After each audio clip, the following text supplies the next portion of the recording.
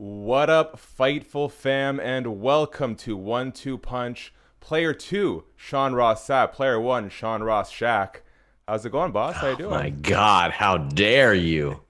How I think I dare got my you? Halloween costume picked out for next year. I gotta jump in. Evidently. Wow. I tell you that I'm actually gonna watch UFC 255 and you just go crazy. Well, I'm actually gonna watch Survivor Series this Sunday, so Yes, I that's feel a like, good point. we got a team going. Short-lived, it's the Sammy Guevara, MJF of Fightful. You and I think, are going to be. My God, MJF wishes he had my charisma. Truly, truly. All right, guys. You're not here for pro wrestling talk. I'm sure some of you are, but some of you may not be. So let's just jump into it. This is 1-2 Punch. We operate on a win, lose, draw system. What that means is we're going to assign the week's biggest winners and losers before drawing up a little preview for UFC 255. So let me hit this animated intro. Bam. And we will get there. Okay, first up, some housekeeping notes, as Luke Thomas would say. First and foremost, if you guys can please hit like, tap the subscribe button, and ring that notification bell. All those acts go such a long way to helping the channel grow. We really do appreciate it. And engage with us in the chat, guys. We love hearing from you. We'll get to all your questions, all your comments. It's a lot more fun when you guys are a part of the show. If you're feeling so generous, make a good impression of me for the boss right here. A little super chat donation goes a long way. Hit us with Make it those super rain. chats, guys. Make it rain. We need Evan over here. We have a budget to cut into. Yes, sir. Got to keep me employed, friends and fam. Yes. Okay, let's get into it. And if for no other reason, I always say this: when you engage in the live chat, I know that the stream is working. So you're Yes. gonna get less of me grabbing the stupid headset here and placing it against my ear. That is always welcome. Okay, let's jump right into it. I Talk mean, about the I've got it pulled up too, just so you know. So I know perfect. that it's Lovely. I Then know that it's working. I won't be worrying about anything today. If only all my guests were as, on Yes. the button as you are. They've all been great. Biggest winners. First and foremost, this might sound like a weird one. We're gonna get to Conor and Dustin. I just feel like we've been talking about Conor and Dustin every week on this show, and nothing's really changed except for the fact that Dana White has confirmed it. I want to start with Anderson Silva. Now, I know a lot of people would be saying Anderson Silva has been cut by the UFC. How is that a good thing? Well, Dana White made it pretty clear that he doesn't want to host another Anderson Silva fight. So, should his retirement not stick, Anderson is free to do business elsewhere. Where do you think, Sean, if anywhere, will Anderson Silva end up?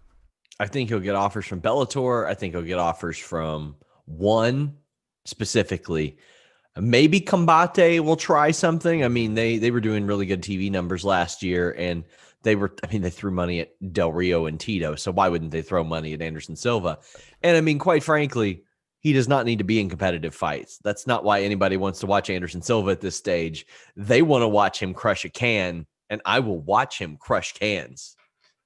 Yeah, and I remember speaking to Vitor Belfort for Fightful MMA a couple months back, and he said that he'd be really interested in doing a rematch. So if you don't want to go the can route, I think there are a lot of old man fights for Anderson Silva out there. I know Scott Coker was asked about it. He said he wasn't really putting much thought into it right now. I don't know why that would be the case. Maybe in this, you saw them cut Frank Mir and a whole bunch of legends. Maybe in this new CBS Sports Network era, they want to legitimize themselves a bit. I feel like they have the roster now, and we're going to get to AJ McKee a bit later. I think one championship is the right call. I think they will throw enough money at him. I did actually reach out to one, and they said no comment for the time being, but I'd be surprised if they don't run up on that one. Man, you know what? It went so under the radar that Frank Mir, his deal with Bellator went up that I just realized. And then, of course, because I know that he's doing the BKFC thing or plans on it. A lot of people sign deals with BKFC and never end up doing anything. But yeah, also, I wonder if Bellator has nearly as much money as they used to have as a result of these deals kind of switching over, because I definitely did not expect them to ever. I didn't expect their TV deal to change as categorically as it did, but Anderson Silva will be one of those guys that you go, oh, well, he's fighting this weekend, and then you'll either watch that one fight on a stream or you'll catch the Twitter clips of it or something like that. Like, One FC is, or One Championship's made all these moves. I haven't watched an Eddie Alvarez fight. Now, granted, he hasn't fought in over a year. I watched Demetrius Johnson fight, which we'll talk a little bit more about later about the flyweight division. But yeah, it's just, you'll be like, oh, okay. And if you happen to catch it on, and really hardcore fans will tune in. Yeah, I never really made sense of the Uriah Hall fight. I just feel like, I mean, I liked it from the perspective of, back in the Ultimate Fighter days, Uriah Hall was billed as this next generation Anderson Silva. Never really quite lived up to that moniker. But even the Uriah Hall versus Chris Weidman fight that they're planning for UFC 257 or 258, I can't remember off the top of my head. I'm sure Joseph Boza in the chat will let me know shortly. Yeah. The UFC does not do a good job of, they do a lot of great things. I'm not Dana White likes to pretend like no one outside of the UFC has any valid input. I don't think they do the best job regarding how they treat their legends. They either put them in fights against nobodies that are not going to benefit, or they put them into fights against guys that they're completely overmatched. Like Uriah Hall, I know the rankings say Uriah Hall is 9, Chris Weidman is 10. I'm pretty sure Uriah Hall is going to run through Chris Weidman. Really? Yeah. Well, Chris Weidman is 1-5 in his last 6 fights, all 5 knockout losses. And the one guy he beat, he didn't look super impressive. Yeah, it's just, to me, like, I can never definitively say that Uriah Hall is going to run through anybody, because he is like the most gun shy guy. Like, I thought when that was applied to him, I was like, yeah, he is, because, and every time that he does pull the trigger, it's like Machida. Mm-hmm. It's like when he does pull the trigger, he has these exhilarating fights and outstanding finishes, but it's just a matter of getting him to do that. We might need to start throwing some money at Joseph Boza. He is out here reporting news on the regular. Let's go to live chat real quick. Shout out to Scott Frame. Shout out to Rob Wilkins. Shout out to Antoine. Patel Ron's checking in. Devin's checking in. Let's go to Joseph real quick. He says, I should be surprised that Dana didn't want to admit that Silva was released from the UFC, but I'm not. I don't know if that was the case so much as I'm sure they were talking about it. I feel like Dana White isn't quite as hands-on with this sort of stuff as he used to be. I'm sure Dana discussed it with whoever is responsible for firing and hiring in the middleweight division. So my guess is Dana knew it was going to happen, but the UFC hadn't announced it yet. And then by the time or they hadn't been finalized perhaps, and by the time that Dana White actually got in contact with his team, he found out, whoops, yeah, he was released. My bad. What do you think? And when we were talking about the losers later on, that was something I was going to bring up. Like, I mean, he's fostered this culture of not being truthful for such a long time. Mm-hmm. Like, I mean, that's the joke. He says a fight's going to happen, it's not going to happen, and vice versa. But it's just wait it out, man. Wait it out. Because what was he expecting to not release Anderson Silva? Is that what was going on? Because I doubt that. He was sitting there saying he never wanted to have him fight again. Okay, then release him from his deal. Exactly. And then in the first TMZ report, before he corrected himself, he says if Anderson Silva is going to fight again, he owes the fight to the UFC. Like, what sort of strange stance is that? Like, you insist you don't want this guy to fight, but you don't want to let him out of his contract. Why? Let the man go crush some cans and make some money.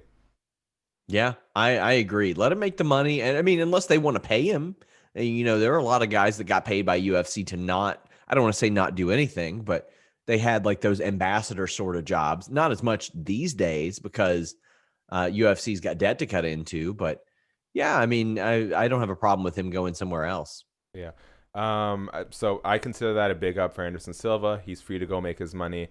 Antoine chimes in and he says, do you see BKFC throwing a ton of money at Silva? They landed Page, could be looking to expand the audience. Keep in mind, they also got Vanderlei Silva, if I'm not mistaken. Ton of money? No. Enough money? Maybe.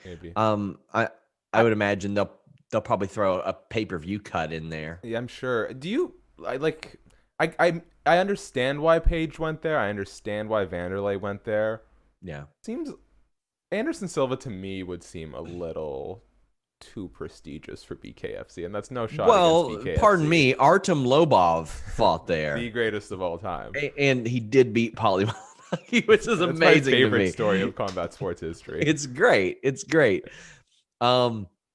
I think he would do it. I think he would do it. I just think that he would do it, and he'd be, I like to fight. One of those, like, typical Anderson Silva is normal situations when it's not normal whatsoever. No, not at all.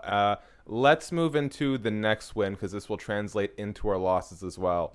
I'm going to give myself a win for the time being because I insisted that Khabib was going to stay retired.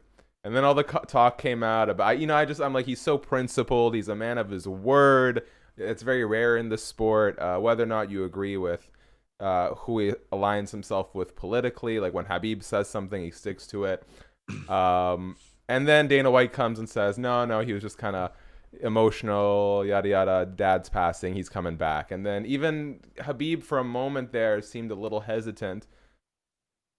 Dana White, on the same day that he comes out to Jim Rome and says, I'm pretty confident Khabib's going to fight again, a foreign outlet that was translated by RT Sports reports that Khabib was talking to a number of students at some sort of function and said that, nah, man, I'm busy tending to my farm. I'm studying right now, and I have, quote, no competitive interest. Might be a loss for Khabib fans, might be a loss for Dana White, but I'm going to say it's a win for Khabib for, if this is what he wants, sticking to it and not feeling pressured by companies, by fans, or by finances. Also, it's a big loss for Dana White, the guy who goes on TV and pressers all the time and says, oh, if somebody doesn't want to fight, I'm the last person that's going to try to get him to fight. Yeah, okay. How'd that work for Daniel Cormier? How'd that work for Khabib? Well, no, they really want to fight, but no, they said that they don't. So they don't. I don't think that Khabib will fight. I don't. I'm sure he'll go through the emotions. I'm sure he'll get pretty close. Then again, if the UFC offers him a stupid amount of money, I think that he'll probably do that. But I think they'll kind of decide, or he'll kind of decide in the coming months and see how he feels. Yeah. Either way, I get excited every time in a sport where, much like the WWE and the UFC, the athletes have very little leverage. They have very little power. So anytime, and a quick shout out to Zelina Vega, anytime we see athletes put their own interests and, stand by their principles and refuse to fold to these larger entities, that is always a win in my book. Because if a guy like Khabib can do it, and someone like, Khabib, who is at the pinnacle of the sport, and someone like Zelina, who is not at the top of the card in WWE, can do it, I think hopefully it stokes more confidence that this is not an everlasting problem that will eventually get to some point where fighters can either, and pro wrestlers can unionize or, have some sort of collective bargaining. So I'm gonna give it a win. Yeah, I'll go with that. I'll rock with that. I mean, Habib's in a good spot no matter what. Yeah. He's made a lot of money and he retains a position where he can make a lot of money. So it's like his demand's not going to go down any. People are still begging GSP to come fight. Like they were begging him to come fight Khabib in a weight class that neither. I don't know, but I mean, you know how MMA is. UFC is not the best at marketing new stars. Those stars have to market themselves, and Khabib's done that. But don't dance. Don't wear anything that'll make you stand out, and show zero personality. Yes. Who's the new deal with? Venom? Yeah, I have some confidence in Venom. I like Venom. Yeah, Venom is legitimately what I use for my gloves, my bag, my shorts. I used it for my wrestling gear for a while. I like them. It's just I hope that there's some individuality there because I think there will be. I'm hoping. Yeah, I'm hoping. I'll remain optimistic on that end. There are a couple more winners. Let's quickly touch on Conor Dustin. I don't think there's a whole lot to say other than it's official. And I know I saw someone in the chat, or I think it might have been Joseph commenting on one of the Fightful fixes that he won't believe it until they're in the cage scrapping. Week 1, the fight has been pitched. Week 2, Dustin agrees. Week 2, Conor agrees in principle. week 3, week 4, whatever it is, the UFC is like, okay, let's do this. Maybe we'll do this. Week 5, someone signs the contract. Week 6, another person signs it. We just keep going. Yeah. Every week we get a new component.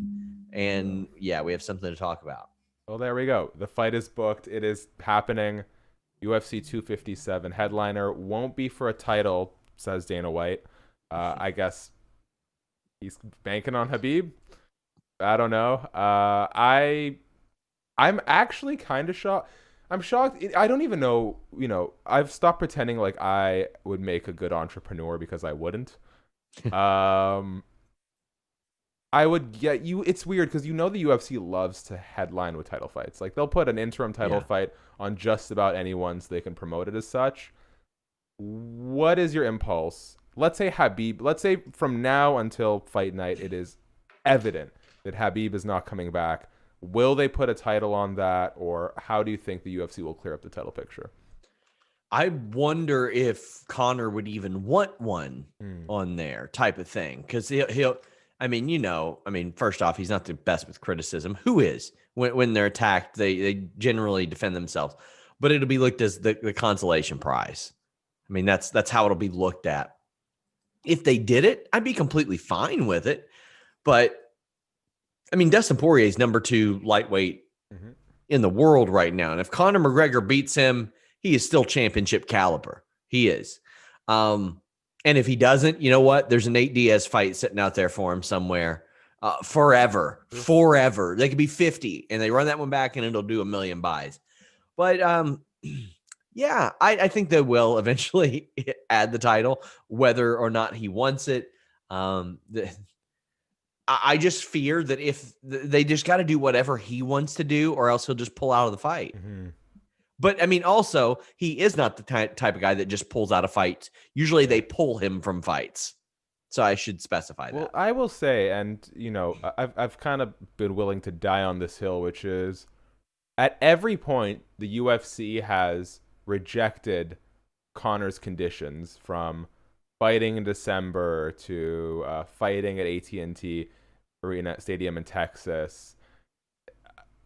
Conor's kind of seemed to fold every which way when it comes to, it's either Dana's way or Conor's way. So I feel like he and every other fighter has lost most of their leverage ever since UFC got this reported guaranteed, I think it's something like up until they get roughly the equivalent of 200,000 pay-per-view buys in payment from ESPN for every event.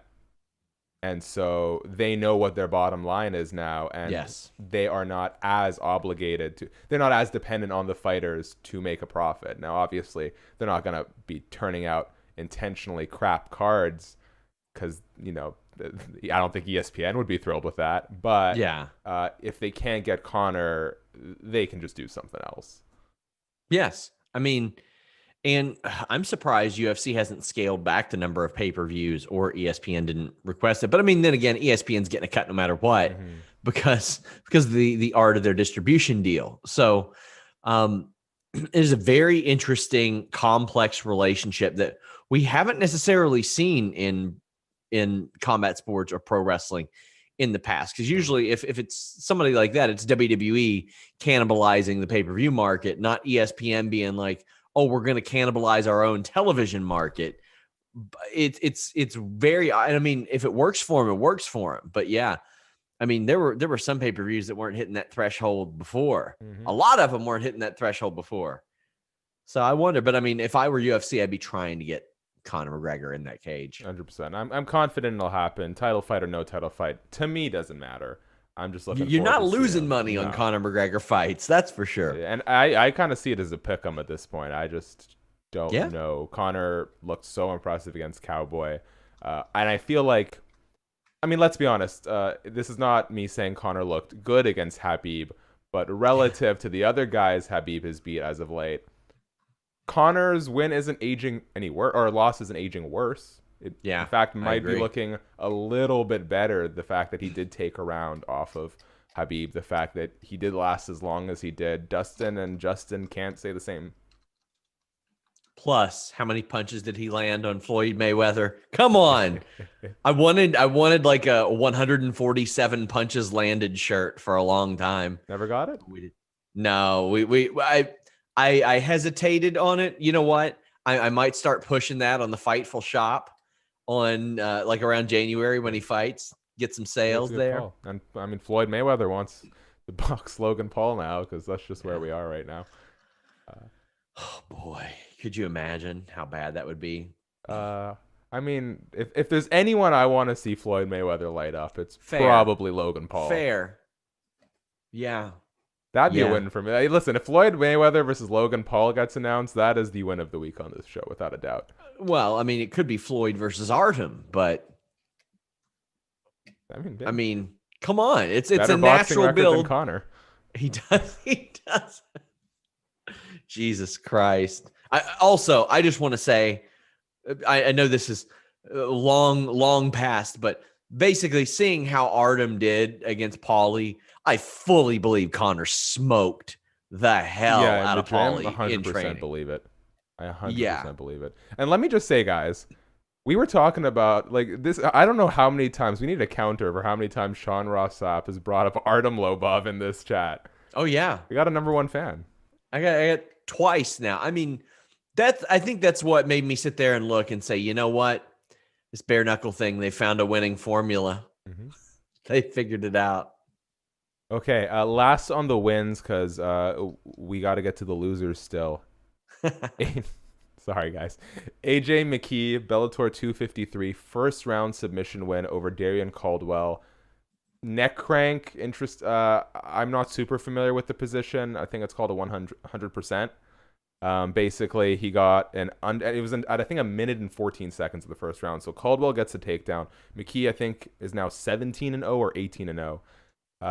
Grabs an underhook, sort of gable grips over, so he's kind of got the head locked into space, gets a body triangle, and then just stretches and cranks Darian Caldwell. Quick tap. He is the biggest success story for Bellator's like homegrown development. He has been with the promotion a long time. He's fought there his entire career, and he's ready for a featherweight title shot. Yeah. Oh, yeah.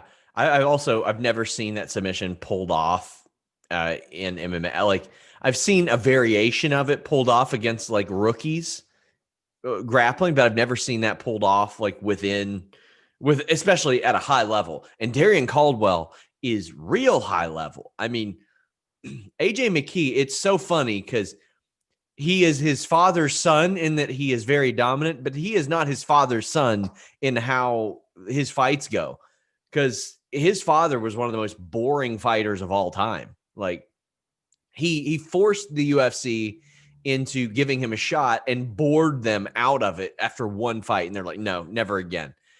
Meanwhile, you got AJ coming along and he's dominating everybody. And I remember when he started in Bellator, I mean, he had his first pro fights in Bellator over 5 years ago. He's 17-0. Yeah. 5 years, all with one promotion. That's insane. Yeah. That's homegrown talent. He's got to be up there. Like he's got to have like a host of Bellator records. But I mean, especially the last, I want to say 2.5 years, the Teixeira fight where he knocked him out in like 1 minute. It's like, okay.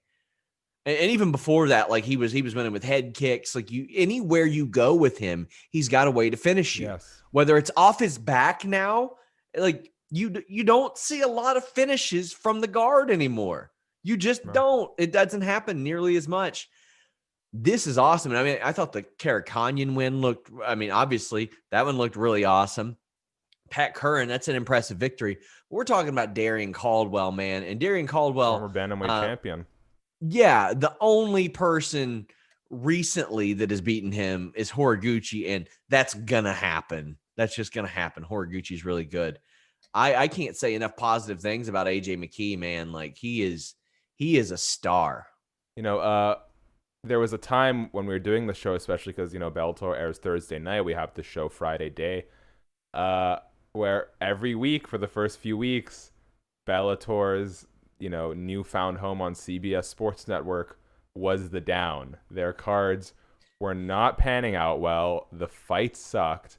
And now week to week, every time Bellator isn't up. So they're really hitting their groove. And I like the short main cards. Some people think it's a little too short. It's a Thursday night. Like, I want to chill. I love that I can sit. It's a work night. I love that I can sit down, watch 3 to 4 fights on the main card, 2 hours. We have enough long programs.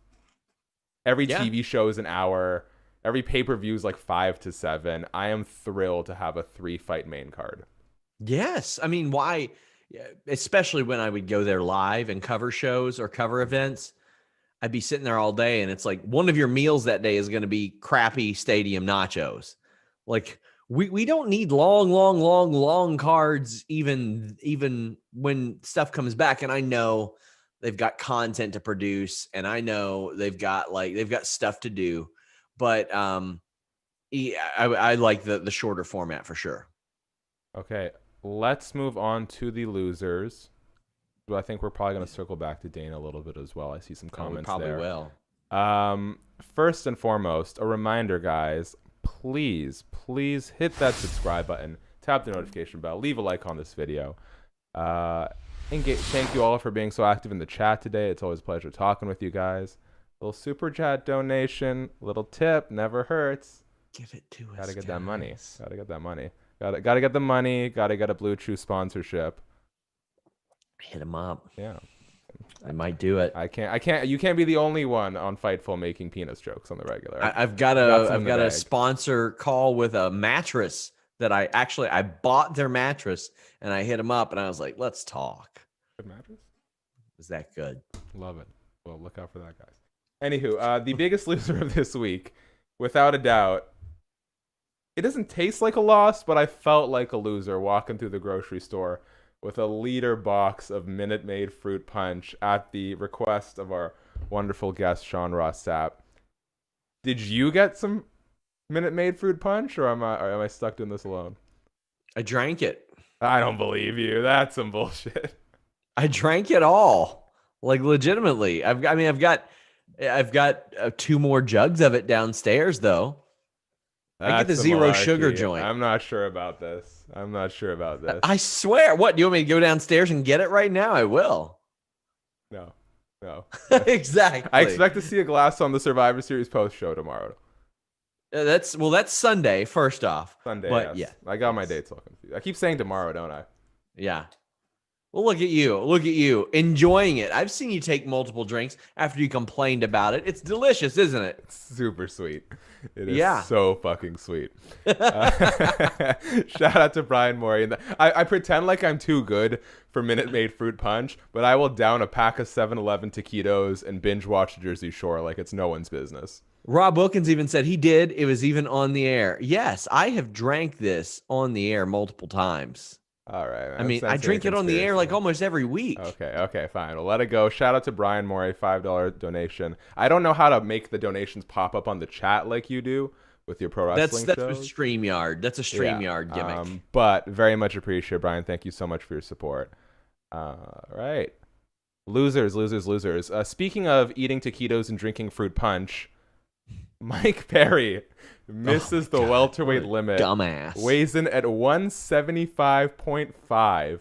Welterweight limit is at 171. Wasn't he making like cheeseburgers last week? There's cheeseburgers, cinnamon buns. I hear there were pizza involved. There were brownies. Get the feeling that wasn't elk meat he was eating there, or deer meat, like anything lean. What a dumbass. He was tagging Tim Means, being like, I hope your weight cut's going well. Well, he's going to get 20%. And you know what? I think Tim Means should get 20% of Mike Perry's food for the rest of the week. I was saying, I hope it was 30% worth of, Oh, so it's 30. It's not 20. 30? It's 30% according to Brett Okamoto. Good. And you know what? Here's the thing. If Mike Perry loses, I'm ready for him to hit the fucking bricks. Yeah. He's like, okay, so if he loses against Tim Means, then I know he's got like 3 wins since in the last 3 years, but 3-6 over that period, and he missed weight. And not only that, he obnoxiously missed weight. as you take another drink of this delicious Minute Maid. Yo, I switched to the one shot so no one could see, but you had to call me out on Too it. bad. Too bad. When he switches off that shot, I see him taking a drink every single time. I'm so red. Because it's delicious. I got the zero sugared, though. Oh, it's so good that they good? can't even keep it in stock in the cartons locally here. Man. What are you gonna do? And Rob even says, I think you had a glass Monday or Wednesday on the post show. Here's a tip, guys. I do almost every time because I drink usually 2 Monster Energies on what I call wake to sleep days. Yeah. Monster Energy rehabs. It's basically souped up tea is what it is. Okay. It's an Arnold Palmer with some caffeine in it is what it is. That's it. But I'm not drinking one of those at like 11 p.m. when I'm on a post show. So I switch to the old juicy juice. Man. All right. Mike Perry, as we were. I did not have the balls to put out this tweet on social media, but I'll say it here because I'm super immature. Mike Perry, for someone who has made the homophobic statements that he has made on social media, 2 people. Remember, he had some questionable comments about MMA fighting Jose Young's colorful, I don't know what he said, friendly hair, I think he called it when he had the bleach blonde. I think he's got fantastic hair. And then Mike Perry bleached his own hair. Let me just point that out. Man. Anyways, as a super immature child, I could not help but chuckle at Mr. Homophobe with mayo all over his lips and mouth, with cinnamon bun stickiness over his face and mouth, and just licking it off. I'm like, and I mean, Jose Youngs is a lot of things. He's a coward. He would never face me on Between the Links, which I have subsequently retired from. He is a coward, but he is also a good person with great hair. Oh yeah, incredible hair. Incredible hair. Very jealous of it. After I cut mine, I don't even try anymore. I don't even give an effort anymore. By the way, Shaq is drinking Minute Maid again. I'm on the funny? 2 shots, Sean. You don't need to keep calling me out. I'm just saying, I called Denise Hollywood Salcedo. I mean, Vancouver is like Hollywood 2. Hollywood it North. Really is. Yeah. So it should be no surprise that you act so pretentious over Minute Maid Juicy Juice here, trying to bury all us commoners. Like, oh, I wouldn't dare put the Minute Maid in my body. I deserve everything I'm getting. You do. You know what? Of all the people, I would hope that my own boss would not come on my show and derail the entire thing over a box of Minute Maid juice. Oh man, it's worth it. It's worth it. I'm telling you. I mean, last time it was tea, and you didn't understand what tea really was. It's brown drink. You know what? I'm the loser this week. I'm sorry, everyone. Yes, but you need a graphic. You need a one shot of yourself, the loser, buried right. Minute Maid. I have to give credit where credit is due. Brian Morey says in the chat, not only is Mike Perry more trouble than he's worth, he also says Minute Maid Mahjouri has a great ring to it. It does. It does. I mean, knowing my parents, it might not be all that untrue. Okay. I don't even know where we are anymore with this. We're the losers. I think we're at the Dana White section. Yeah, let's go very quickly to Dana White. Yeah, he's a hypocrite. Listen, yes. Dana White in the UFC have been great to me, but he says one thing and he does another, and I guess that just comes with being a promoter. But if Khabib doesn't want to fight, man, just leave it. You know, weirdly enough, even Ali Abdelaziz, Khabib's manager, said fake news when people started reporting the words that came out of Khabib's mouth. Yes. Also, I just saw a clip of Mike Perry dabbing on the scale as he missed weight, which that's if that wasn't on the list of why he's a loser. You know, he had all these tweets going out about it feels like death. I'm dying. You can't I used to think that, you know, people were moaning and whining when they couldn't make weight, but I get it now. Yeah. And then I saw all those videos of him chowing down like he's me in quarantine. Yeah. It's, you know what? I don't even want to dilute the losers section by putting attention on anyone other than Mike Perry. Yeah, I mean, the Dana White thing isn't that bad. It's like he's a hypocrite, but it's like, okay, we knew that. We figured that. And he's been very successful and also, without getting political, look at the company that he keeps. It is an environment fostered there, and I hate it. I hope that and I don't see anybody taking over for him anytime in the future.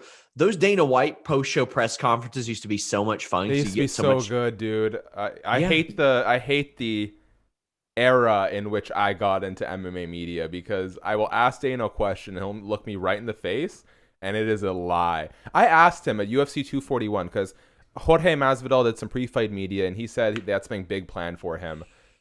After Nate Diaz beat Anthony Pettis, he calls out Jorge Masvidal, and they have 2 cameras ready on Jorge. And I asked Dana, was this the plan? And he says no. Oh my Come on, God. dude.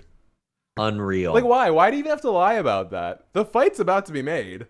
Yeah. Is it a control thing? Do you think at this point he's just got, ever since like Ariel Helwani breaking I don't the break Brock the Lesnar news, you break the news. Yeah. Yeah. Or like you don't break the news, I break the news type of thing. Yeah, for sure. I do. And I do wonder how that works with Ariel being at ESPN, because that's something that I actually told Jimmy Van. I'm like, hey, if you're looking for breaking news, there's not going to be a lot of that, because without no disrespect to Brett or Ariel, they get it. It's theirs. That they're a business partner with the UFC and with the ESPN. That's where it goes. That's where it goes. So, like, I wonder how that relationship has adjusted in that time. From what I understand, not a whole lot. I think ESPN has been very protective of Ariel, and they've done right by him. And then the UFC instead just goes to Brett for everything. They should. He's great. I mean, I don't think the UFC is doing do. Ariel Helwani any favors. They just feed everything to Brett at this point. But Ariel, best in the business, had the Undertaker on recently. He's been on a little press tour of his own, and is still the best at breaking news, independent of the UFC. Yeah. Okay. Speaking of losers, we're heading into the last 7 minutes of the show. Let's talk about a whole lot of losers, and that is, at no fault of their own, the entirety of the UFC 255 card, because this is the subsequent pay-per-view to Khabib versus Justin Gaethje. Yep. And our own Jeremy Lambert didn't even know that there was a pay-per-view this Saturday. Lucky him. Lucky him. We've talked ad nauseum over the years about flyweight. Is it Demetrius Johnson who's not a viable draw? Is the entire division going to get shut down? At this point, I'll say you have in Valentina Shevchenko, one of the most dominant women of all time. You have in Deiveson Figueiredo a very exciting flyweight champion. A lot of people actually are giving Alex Perez a good shot in this fight. Jennifer Maia, not so much. No. Valentina came in as a possible record-tying minus 1,700 favorite. But at this point, what's the issue and who's responsible for flyweight getting no shine? Well, there are a few that have her at minus 1,800 even, which Perfect. I really love. UFC is to blame for flyweight not getting a shot, because look at them. They traded away the biggest, or one of the greatest fighters of all time, for Ben Askren, a retired guy. And I know there are a couple of people that are like, oh, well, that made Masvidal a star. No, Masvidal was going to be a star no matter what. Of course, him kneeing somebody in the head helped, but they don't treat it like it matters. They never did. I mean, I think a lot of it goes back to the very first scoring error in the tournament for the flyweight title, where it's like they didn't care enough to check up on it then to find out who actually won that fight. Okay. As for Maia and Shevchenko is going to hold that belt for a very long time. And the funny thing is, she's also given the consensus greatest female fighter of all time her best fight ever. Like more than once. Yes, more than once. It's on the UFC when you have Valentina Shevchenko, who could be the second or third greatest women's fighter of all time, and you've got Demetrius Johnson, who could be the greatest fighter of all time, arguably. I think that speaks volumes. Deiveson Figueiredo versus Demetrius Mighty Mouse Johnson is a fight that I would have loved to see. I don't know if I would love to have seen it as much if they didn't get rid of Mighty Mouse, because I don't know if Figueiredo wouldn't have gotten chopped off at some point along the way. But it's the UFC's fault. Yeah, it's interesting to me. I do wonder. I guess to some degree too, though, they have a It's kind of like women's featherweight, in which they have a limited pool of talent compared to other divisions. I've been talking to a lot of UFC flyweights lately, and it's like, Amir Albazi has had 2 UFC fights, is ranked number 15 already. Like, these guys are just on a different trajectory because there isn't as much competition, and like with these less populated weight classes, there's not quite the same level of competition for the most part. Yeah. So I feel like that plays into it. And also, I feel like every time the UFC has even tried to get behind, and not to say that they're not the primary cause, but every time they've tried to get in front of the division, something has gone wrong. They build TJ Dillashaw as this, and TJ Dillashaw built himself as this Thanos that was coming to snap the division out of existence. And then he gets knocked out by the savior, Henry Cejudo, who promptly jumps up a division and then retires. It's like, not only is Mighty Mouse Johnson was the only champion who gave that division the love and respect that it deserves. In the third Cejudo Mighty Mouse fight would have been a lot of fun. Like, it would have been the biggest fight in the history of that division. But I don't know how you could have looked at Henry Cejudo and said, yeah, let's go with everything that he wants. That's a good idea. Because, I'm not going to say, oh, well, he left them high and dry. But he did twice. 2 titles got screwed up because of that guy. And, that fight with Demetrius Johnson was very, very close. But, oh, my God. Like, is it worth it to be rid of Henry Cejudo? Probably. But it's just they fumbled it all the way. Demetrius Johnson should not have been traded. They should have booked a third fight with Henry Cejudo. It's ridiculous. Sean, can you go 5 minutes over today? Just keeping track of time. Yeah, I can go 5 minutes over. Cool. All right. As we start wrapping up, Joseph Boza says in the chat, I love both title fights. I think people aren't giving Jennifer a shot in hell because they don't want to admit, that women's flyweight is only here because Valentina can't beat Amanda. I will fight you back on that a bit, Joseph. Now, it's true that Valentina did not beat Amanda, although those fights were both tremendously close. Keep in mind, Valentina is now down a division from bantamweight to flyweight. Amanda Nunes is also the featherweight champ. So the fact that Valentina Shevchenko was able to give someone upwards of 2 weight classes higher than her as much trouble as she did, I think if Valentina was a little bit just naturally bigger, I think she would be the pound for pound best woman in the sport without a doubt. Also, maybe close still, but Valentina could have easily won those 2 fights. Yeah, it took her a little bit longer to get. Not that much longer to get to flyweight. I know that she murdered Priscilla Cachoeira a few months after that title was put there. But that was a split decision with Amanda Nunes. Yep. That was a very close fight. Yeah. But all credit to Amanda. She is the women's GOAT. You beat Ronda Rousey, you beat Holly Holm, you beat Miesha Tate, you beat Valentina Shevchenko twice. Without a doubt. And I think that Shevchenko is right up there with her. Shevchenko has beaten probably the greatest 115-pound fighter in the world. She's beaten every 125er that matters. And she's come very close to beating the greatest women's fighter ever, who happened to be 135 and 145. Oh, by the way, Shevchenko also beat Holly Holm, who was a bantamweight champion, and probably should have beat Durandamy for the featherweight title too. Like, it was there.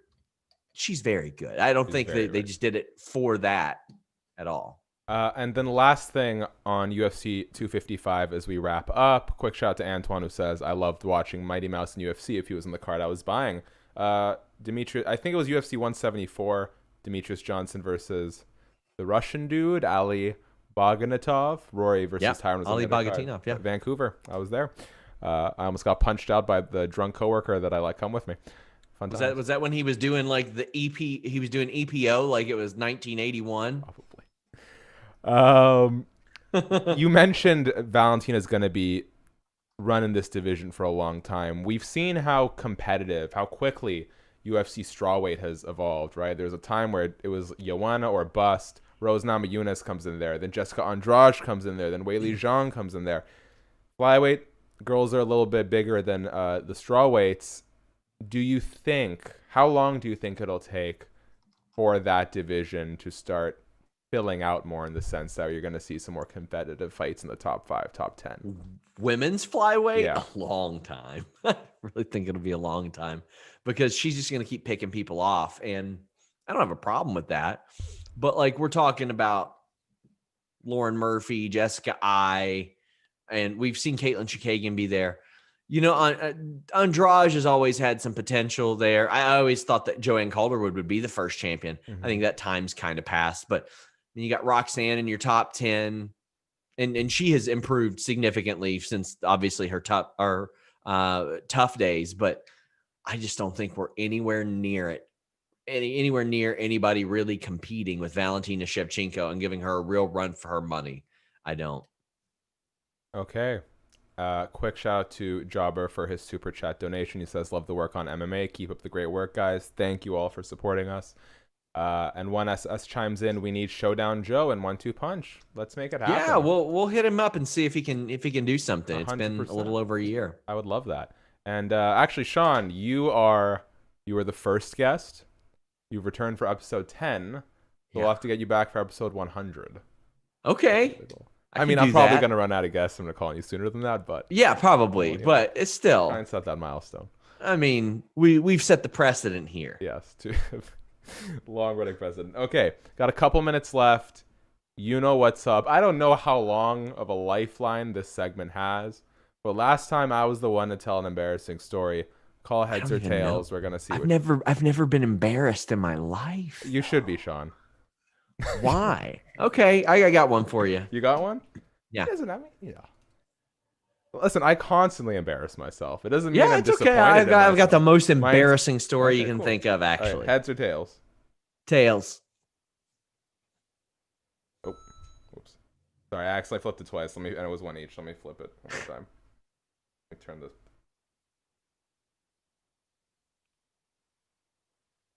It is heads. All right. So in 2020, I looked at the state of our MMA section and I said, we got to hire a guy. And what I did was hired a guy who acted like he was too good for Minute Maid fancy drink juicy juice. And then I did a live stream with him. And while you all weren't looking, he's like this. Like a trash panda that gets caught just rummaging through your garbage can in the middle of the night. That's him.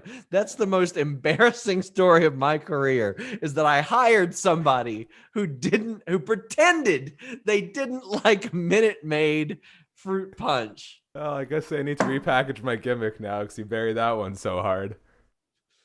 Like one of the first videos I did for Fightful, I got called out for like the dry swabs of spit on the corners of my lips. Oh my God. You gotta stay hydrated, bro. Beggars can't be choosers.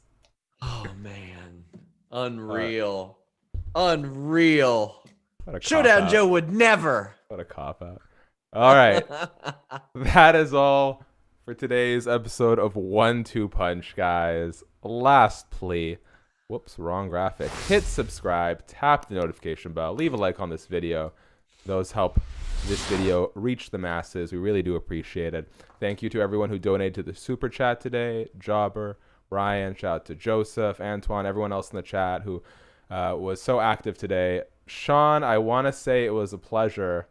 I want to say you have my best interest and your own in mind, but I'm convinced that you want to see this entire MMA division tank.